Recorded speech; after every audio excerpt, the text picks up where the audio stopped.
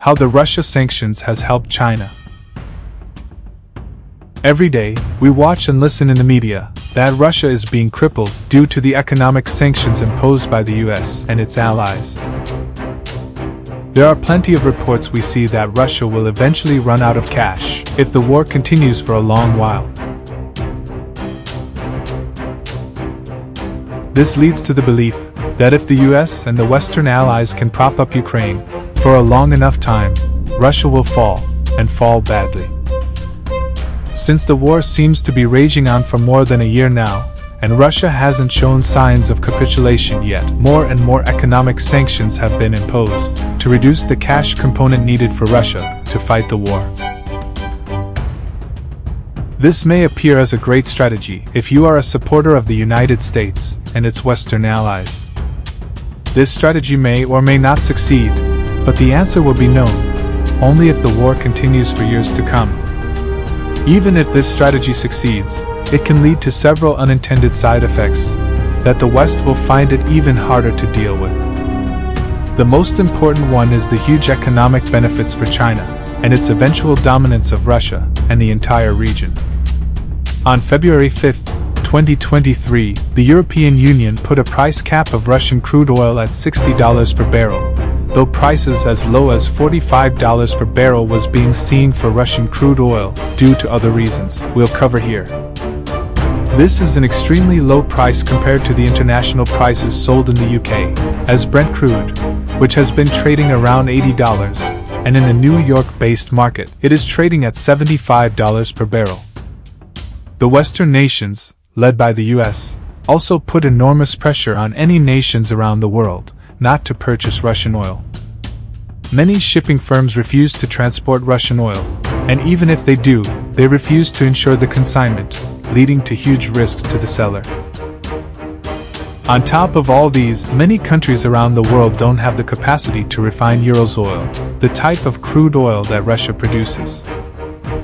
Given the extreme limitations, the Western nations believe Russia will run out of money due to decreased profits or potential losses at such low prices on their oil and gas sales. The biggest revenue for Russia comes from the export of these two products. And here comes the dragon, China. China is the largest importer of oil in the world. They already have underground pipelines that can ship both oil and gas from Russia to China. There is no transportation requirement either. Given the lack of competition from other countries to purchase Russian crude oil and gas, as well as trying to meet its huge appetite, China ended up increasing its purchase of Russian crude by a large volume, thereby making an enormously huge profit in buying Russian crude. China also has excellent refining capacity for the Urals crude oil of Russia. So, they even refine the crude oil from Russia and have the ability to sell it to their friendly nations. The West has done a great service to China by lowering the price of oil and gas for China. On top of this, China also pays 1/5 of their purchase in their own currency, yuan, instead of the US currency, dollar. This only helps China with its foreign exchange reserves, which comes in handy, given their reduced export volume in the recent months. It has other benefits as well. China can now control a large cash flow for Russia, due to their huge volume of purchase of Russian oil.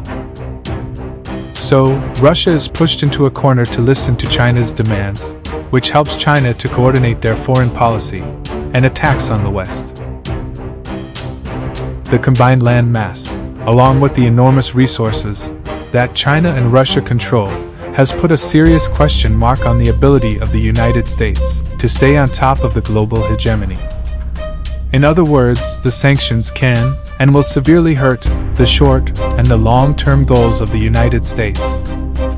The price cap imposed on Russian oil and the arm twisting on the consumer nations not to purchase Russian crude has made China wield a lot of influence on Russia and thereby the world. Thanks for watching.